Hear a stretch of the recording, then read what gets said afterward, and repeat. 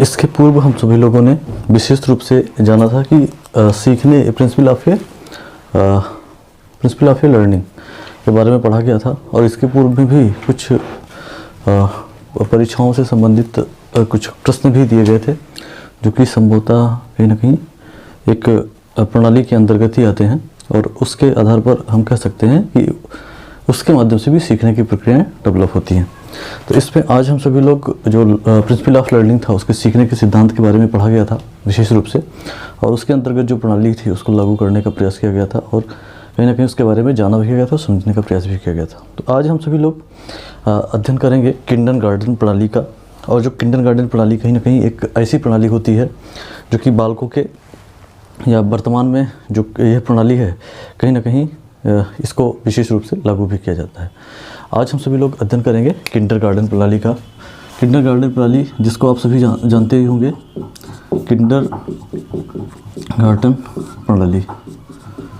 Kindergarten प्रणाली की विशेषता ये है कि इसकी प्रणाली का माध्यम अगर देखा जाए तो कहीं ना कहीं ये प्राथमिक स्तर पे बालक को सीखने में मदद करता है और कहीं ना कहीं उसके माध्यम से बालक ज्ञान का अर्जन भी विशेष रूप से करते हैं। तो कह सकते हैं कि किंडरगार्टन जो विधि होती है वो भी एक महत्वपूर्ण विधि है और कहीं ना कहीं इसके शब्दों से ही स्पष्ट होता है, जो कि दो प्रणालियों से निकल करके बना है। इसको कह सकते हैं, एक होता है किंडर और दूसरा होता है गार्टन। तो किंडर और गार्टन दोनों के अगर शब्दों का अर्थ स्पष्ट करें तो एक होता है आपका किंडर और दूसरा होता है गार्टन। ध्यान रखें कि जो किंडर शब्द है उसका जो शाब्दिक अर्थ होता है वो होता है एक प्रकार से किंडर का शब्द होता है बच्चे और गार्टन का अर्थ होता है बगीचा। अर्थात किंडर मतलब बच्चों से संबंधित या फिर कह सकते हैं बालकों का बगीचा भी दूसरे शब्दों में इसको स्पष्ट रूप से कहा जा सकता है। तो किंडरगार्टन का जो शाब्दिक अर्थ होता है उसको कह सकते हैं बच्चों का बगीचा, ठीक है ना, बगीचा। जो किंडरगार्टन है, दोनों शब्दावलियों को स्पष्ट रूप से अगर समझने का प्रयास किया जाए तो उसको कह सकते हैं कि यह एक ऐसी प्रणाली है जो कि एक विशेष रूप से बालकों को मदद करती है, वो भी प्राथमिक स्तर पे कि शिक्षा की प्रणाली कैसे लागू की जाए। इसके जो जनक माना जाता है उनको कहते हैं फ्रेडरिक विलियम अगस्त काउंटे, अगस्त फ्रोबेल, ठीक है ना, काउंटे नहीं है, फ्रोबेल है, इसको ध्यान रखिए क्योंकि विलियम या फ्रेडरिक विलियम अगस्त फ्रोबेल के नाम से इसको साठ तरीके से हम कहते हैं कि इस प्रणाली के जो जनक माने जाते हैं वो कौन होते हैं? फ्रोबेल होते हैं। कौन है? फ्रोबेल की अगर प्रणाली को समझने का प्रयास किया जाए तो फ्रोबेल की जो प्रणाली है उसको हम कह सकते हैं कि एक बहुत महत्वपूर्ण प्रणाली है। और इसमें अगर समझने का प्रयास करें तो ये है, जो फ्रोबेल थे वो जर्मनी के एक शिक्षाविद थे या शिक्षा विचारक थे और कह सकते हैं एक शिक्षाविद माना जा सकता है, जिनको कहा जा सकता है कि क्रिया या खेल द्वारा बालकों को शिक्षा भी प्रदान करने का महत्वपूर्ण स्थान इन्होंने बताया है और कहीं ना कहीं इसके माध्यम से इन्होंने इसको स्पष्ट किया है। और किंडरगार्टन जो प्रणाली या कही जाती है, किंडरगार्टन जो शब्द है वो जर्मनी भाषा का ही शब्द है और कहीं ना कहीं इसी के आधार पर इसको हम कह सकते हैं कि बालकों का एक बगीचा होता है। अर्थात इसमें जो बालकों को ज्ञान प्रदान करवाया जाता है वो कहीं ना कहीं, ये जो नाम है ये कहाँ से लिया गया? जर्मन से ही शब्द ली गई है और कहीं ना कहीं जर्मनी भाषा का ही शब्द है। और इसमें जो बच्चे इसमें ज्ञान को प्राप्त करते हैं वो कहीं ना कहीं 4 से 8 वर्ष तक के बच्चे ही इसमें इंक्लूड होते हैं। 4 से 8 वर्ष तक के बच्चों को ही इसमें ज्ञान का परिमार्जन करवाया जाता है, जो कि किंडरगार्टन प्रणाली के माध्यम से ही डेवलप होता है। ये शिक्षा प्रणाली एक खेल पे आधारित शिक्षा प्रणाली मानी जाती है। दूसरी नंबर बात है कि जो विधि है इसमें बालक में कल्पनाशीलता की बढ़ावा मिलता है, बालक को कल्पनाशीलता की शक्ति को बढ़ाने का प्रयास इस विधि के माध्यम से किया जाता है। दूसरी नंबर चीज़ है कि पढ़ते वक्त बालक इसमें लिखता भी है, सीखता भी है और कहीं ना कहीं इसके माध्यम से अपने विचारों का डेवलपमेंट भी करता है। दूसरी नंबर बात है कि जो किंडरगार्टन प्रणाली है इसके जो प्रवर्तक हैं इन्होंने प्रमुख रूप से इसके बारे में 1937 में फ्रोबेल ने 1837 में जर्मनी के इस कहीं ना कहीं ब्लैक वेवर नामक जो स्थान है वहाँ पर ही कहीं ना कहीं इसके स्थापना की, जो कि शिशु विद्यालय के रूप में ही इसको खोला था सबसे पहले 1837 ईस्वी में। ध्यान रखिए 1837 ईस्वी में इसके बारे में बताया था और कहीं ना कहीं इसके बारे में इसका डेवलपमेंट भी किया गया था। इसकी अवधारणा के बारे में अगर समझने का प्रयास करें तो विद्यालय में बालक को, जो बालक विद्या अध्ययन करते हैं उनको किंडरगार्टन विधि कह सकते हैं या बालो उद्यान विधि के नाम से भी इसको जाना जा सकता है। और इस विधि के माध्यम से बालकों को गार्डन के रूप में और बच्चों को मालिक के रूप में भी दर्शाया जा सकता है या बताया जाता है। और इन्होंने अपनी पुस्तक एजुकेशन ऑफ मैन में, इनकी एक पुस्तक बहुत महत्वपूर्ण है फ्रोवेल की, उसका नाम है एजुकेशन ऑफ मैन के रूप में भी इनको जाना जाता है। किसको? फ्रोवेल को। एजुकेशन ऑफ मैन के रूप में भी इनको फ्रोवेल को जाना ही जाता है। तो ये चीज़ें इसके अर्थों के आधार पर स्पष्ट होती हैं। दूसरी नंबर चीज़ है कि इनकी जो पुस्तक है एजुकेशन ऑफ मैन, उन्होंने इसमें अपने विचारों का विशेष रूप से रखा है और बताया है कि जो बच्चे होते हैं वो अपनी पुस्तक के माध्यम से ज्ञान का अर्जन तो करते ही हैं, प्लस उसके माध्यम से कहीं ना कहीं उनको खेल या ऐसी प्रणाली के माध्यम से जोड़ा जाना चाहिए कि जिसके माध्यम से वो ज्ञान का अर्जन भी अच्छे प्रकार से कर पाएँ। तो इसमें जो आयु बताई गई है वो 4 से 8 वर्ष, हमने स्पष्ट रूप से पहले ही बताया कि 4 से 8 वर्ष तक की आयु के बालक इसमें विद्या अध्ययन करते हैं। इसमें जो पाठ्यक्रम निर्धारित किया गया है, पाठ्यक्रम को अगर सिलेबस के अंतर्गत इसको समझने का प्रयास करें तो वो बताया जाता है कि इसमें भाषा की सामान्य जानकारी बालक को दी जाती है। दूसरी नंबर बात है कि वर्णमाला आदि का ज्ञान भी इसमें इसी के माध्यम से करवाया जाता है। पहली बात है कि जो सामान्य जानकारी होनी चाहिए किसकी, भाषा की, लैंग्वेज जिसमें होनी चाहिए, इसमें कह सकते हैं कि भाषा की सामान्य जानकारी आपको हो। दूसरी नंबर चीज़ है कि वर्णमाला आदि का ज्ञान भी इसके माध्यम से प्रोवाइड करवाया जाए। अंकगणित का सामान्य ज्ञान भी इसके माध्यम से ही दिया जा सकता है। तीसरी, अगर अगले पॉइंट की बात करी जाए तो व्यक्तिगत एवं सामाजिक स्वच्छता का ज्ञान भी इसके माध्यम से हम लोग प्रोवाइड करवा सकते हैं। और जो शिक्षण की प्रक्रियाएं जो होती हैं उसके अंतर्गत हम कह सकते हैं कि इस प्रणाली के अंतर्गत बालक संपूर्ण प्रक्रिया को अलग अलग प्रणालियों में डेवलप कर लेता है या बांट लेता है। तो कह सकते हैं इसके आधार पर बालक अपने विचारों का विनिमय भी करता है। तो प्रथम जो क्रिया प्रणाली होती है, इनमें बालकों को ऐसे खेल खिलाए जाते हैं, या प्रथम जो क्रिया प्रणाली होती है इसके अंतर्गत बालक को ऐसे खेल खिलाया जाता है कि जिसके माध्यम से वो प्रयोजन और कहीं ना कहीं रचनात्मक सौंदर्य अनुभूति कर सके और उसी के माध्यम से अपनी भावनाओं को इसमें समावेशित कर सके। और इन खेलों के माध्यम से फ्रोवेल ने उपकरणों का आयोजन तथा उपहार और व्यापार को भी बताया है। तो इनके माध्यम से कहने का तात्पर्य यह है कि प्रथम क्रिया प्रणाली में बालक को अगर ज्ञान देना है या ज्ञान दिया जाए तो कहीं ना कहीं उसके माध्यम से हम कह सकते हैं कि बालक को उसमें ऐसे ज्ञान दिया जाए कि बालक में रचनात्मक आवृत्ति का विकास हो, सौंदर्यात्मक भावनाओं का डेवलपमेंट हो। और उनके खेलों के लिए फ्रोवेल ने जिन उपकरणों को आयोजित किया है उन्होंने उपहार को माना है कि विशेष होता है, अर्थात उसमें इसी प्रकार से उसको स्पष्ट कर सकते हैं। इसमें फर्स्ट पॉइंट के आधार पर हम स्पष्ट करें तो उसमें उपहार या भौतिक आकृतियां भी उसके अंतर्गत होती हैं। इनमें कुल संख्या उन्होंने 20 मानी है। उपहार की जो संख्याएं हैं या भौतिक आकृतियां हैं उनमें 20 संख्याएं के बारे में विचारों को डेवलप किया है। तो ये चीज़ें ध्यान रखेंगे। और ये उपहार कई प्रकार के होते हैं, इसमें हम कह सकते हैं अलग अलग प्रकार के होते हैं और कहीं ना कहीं इसमें अलग अलग प्रकार के बॉक्स का उपयोग कर सकते हैं। नीले, काले, पीले अर्ध रंगों का बॉक्स हो सकता है। दूसरी नंबर चीज़ है कि बालक बालिकाएं इन उपहारों का आदान प्रदान भी अच्छे प्रकार से या नए शब्दों का ज्ञान भी इसी के माध्यम से प्राप्त कर सकते हैं, ज्ञान को प्राप्त कर सकते हैं। उपहारों को जोड़ तोड़कर उनके अक्षरों को बनाना या शब्दों के ज्ञान को इसके माध्यम से ही करवाया जाता है।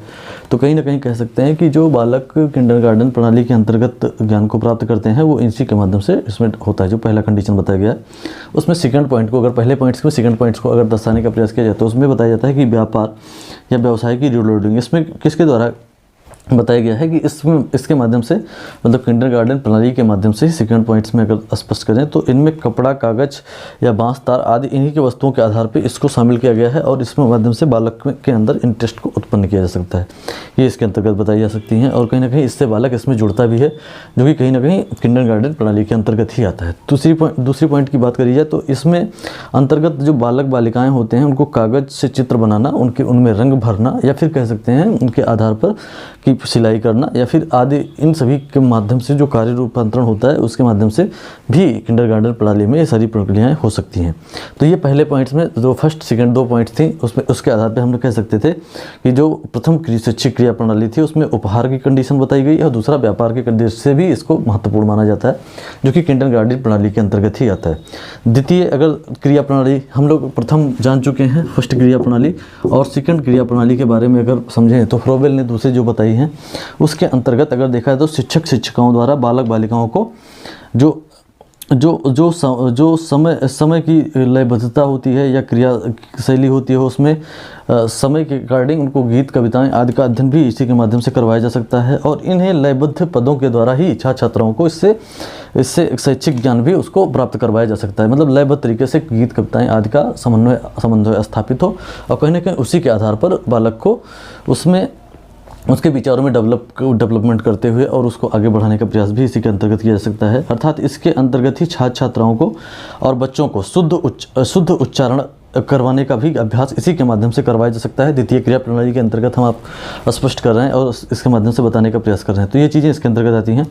और अगर समझने का प्रयास करें तो इसके प्रयोग के आधार पर शब्दों के शुद्धोच्चारण अर्थात उनकी रुचि भी उसी के अंतर्गत उसमें विकसित की जा सकती है। किसके अंतर्गत? किंडरगार्टन प्रणाली के अंतर्गत, जो फ्रोबेल ने अपने कंडीशन में दर्शाने का प्रयास किया है। तृतीय क्रिया प्रणाली में देखें तो इसमें जो जन्मजात या कहीं ना कहीं अंतर्निहित जो छात्रों की प्रणाली होती है उसमें अर्धवृत्त में बिठाकर शिक्षक उन्हें कहानी भी सुना सकता है। तृतीय मतलब उसमें अर्धवृत्त में बैठाया जाता है और शिक्षक उसमें स्वयं होता है और कहीं ना कहीं उसके आधार पर उसके विचारों को डेवलप कर सकता है और कहीं ना कहीं वो बालक व्यवहारों के माध्यम से, अपने व्यवहार के माध्यम से उसमें परिवर्तन ला सकता है। किसके अंदर? बालक के अंदर। और तत्पश्चात उसको संपूर्ण कहानी या किसी एक अंश का अभिनय भी उससे करवाया जा सकता है। अर्थात कह सकते हैं कि ये एक व्यवहार से व्यवहार में आया हुआ, जो किसी गिलफोर्ड ने बताया था कि व्यवहार से व्यवहार में आया हुआ परिवर्तन ही सीखना होता है। अर्थात सिखाने के लिए शिक्षक इन विधियों का उपयोग करते हैं जो कि कहीं ना कहीं सरल से कठिन की ओर ही होते हैं, जो कि शिक्षण सूत्र के अंतर्गत ही आते हैं। तो ये चीज़ें इसके अंतर्गत बताएगी। अर्थात तृतीय कंडीशन के बारे में हम लोगों ने तृतीय क्रिया प्रणाली में ये चीज़ें जाना, और क्योंकि इसमें बताया गया है कि बालक को क्या चीज़ें होती हैं, उसमें बालक को कौन सी प्रणाली लागू की जाती है? बालक अर्धवृत्ताकार में बालक को बैठाते हैं और स्वयं शिक्षक होते हैं, उनको बारी बारी से क्रिया करने के लिए कहते हैं, या फिर कहीं ना कहीं गिनती पढ़ना आदि ये सभी चीज़ें इसके माध्यम से होती हैं। और कहीं ना कहीं उसी कहानी कथन के माध्यम से बालक को आगे बढ़ने के लिए शिक्षक प्रेरित भी कर सकते हैं। तो ये चीज़ें इसके अंतर्गत होती हैं, ठीक है ना। अब हम लोग समझ लेते हैं कि इसके छात्रों की कल्पना, देखिए जो भी प्रणाली हम लोगों ने देखी थी तो इसके जो क्या कहते हैं उसके कंक्लूजन को समझने का प्रयास करें तो हम कह सकते हैं कि इससे छात्रों की कल्पना शक्ति का विकास हो सकता है। उसके उद्देश्य या कह सकते हैं उसकी जो प्रणाली के अंतर्गत आती हैं छात्रों की क्या हो सकती हैं, उसके कल्पना शक्ति का विकास हो सकता है। उनके शब्द भंडार में, किसके? बालकों के शब्द भंडार में वृद्धि हो सकती है। उनकी भाषा और अधिक परिपक्व हो सकती है और अच्छी हो सकती है।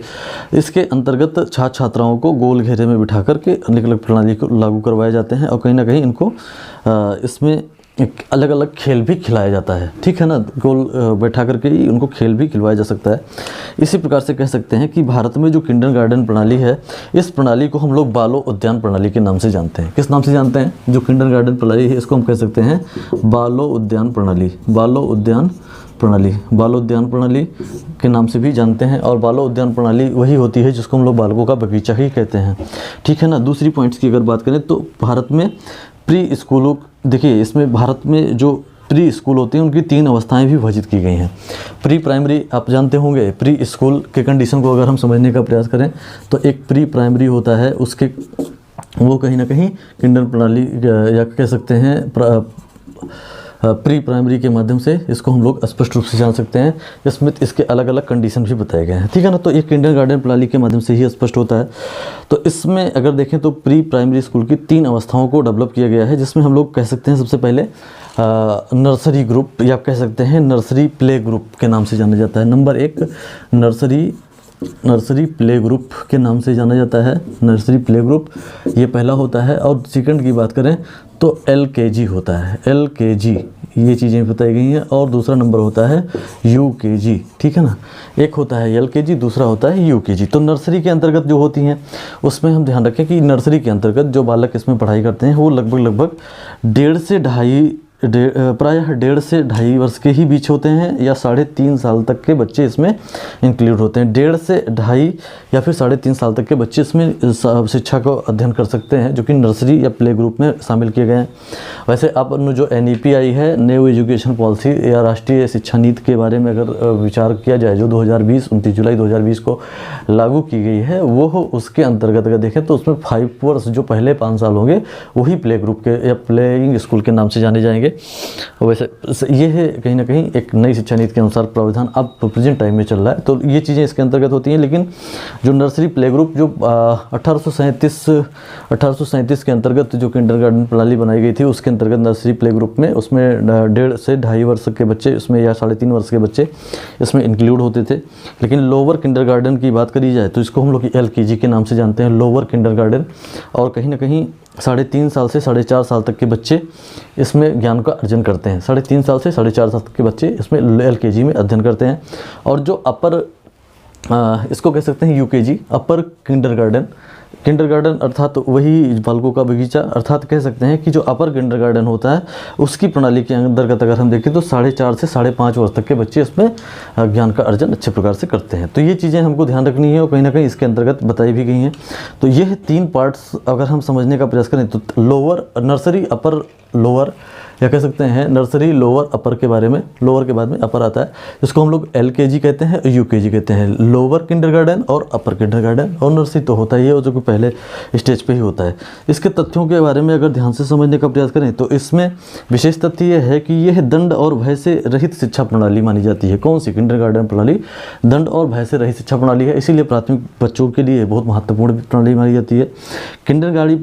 जो किंडरगार्टन प्रणाली होती है उसके अंतर्गत केवल महिलाओं या विकलांगों को ही स्थान इसमें नहीं दिया जाता, कहीं ना कहीं सभी बालकों के लिए यह शिक्षा प्रणाली महत्वपूर्ण मानी जाती है। और भारत में जो कहीं ना कहीं प्रणाली है, कहीं ना कहीं किंडरगार्टन प्रणाली, इसमें इसके माध्यम से बालकों को अनेक प्रकार की सहायताएं भी इसके माध्यम से प्रदान करवाई जाती हैं, जो कि एक महत्वपूर्ण प्रक्रिया के अंतर्गत आती हैं। अर्थात इसमें एक विशेष स्थान कहीं ना कहीं अगर देखा जाए तो शिक्षकों द्वारा बालक को स्वतंत्र व्यक्तिगत प्रक्रिया के माध्यम से विकास के अवसर को प्रदान करना चाहिए, जिसके माध्यम से उस पर कोई प्रतिबंध नहीं है। और कहीं ना कहीं बालक को खेल के माध्यम से इसमें खेल के माध्यम से बालक को जोड़ने का प्रयास और कहीं ना कहीं उसके माध्यम से शिक्षा का अर्जन, और इसके माध्यम से अगर देखा जाए तो कहीं ना कहीं बालक के नैतिकता का विकास, उसके मानसिक क्रियाओं का डेवलपमेंट, ये सब चीज़ें इसी के अंतर्गत आती हैं, जो कि किंडरगार्टन प्रणाली के माध्यम से होती हैं।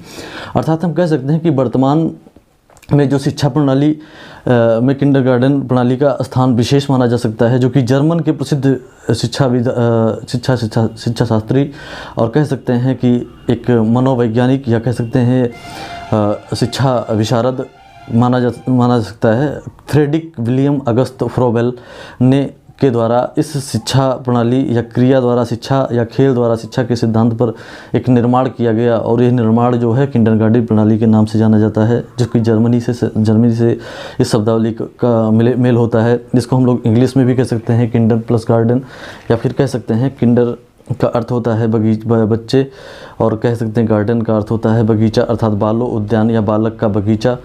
इससे हम स्पष्ट कर सकते हैं कि इसे उचित विकास बालकों का होगा और कहीं ना कहीं इसके माध्यम से एक प्रणाली निकल के आएगी, जो कि किंडरगार्टन प्रणाली के नाम से जानी जाती है। और हम सब लोग देखें तो इससे बालक में बहुत सारे विकास हो सकते हैं और कहीं ना कहीं इसी के आधार पर बालक का डेवलपमेंट भी होता है। तो आप लोग को अगर ये सारी प्रणाली अगर समझ में आती है तो इसको विशेष रूप से ध्यान रखें और कहीं ना कहीं इसके अंतर्गत हम लोग लाइक, सब्सक्राइब और शेयर ये सब सभी प्रकार की प्रणाली लागू करें। और कहीं ना कहीं नेक्स्ट चैप्टर में हम लोग फिर ना इसके बारे में जानने समझने का प्रयास नेक्स्ट टॉपिक में करेंगे। धन्यवाद।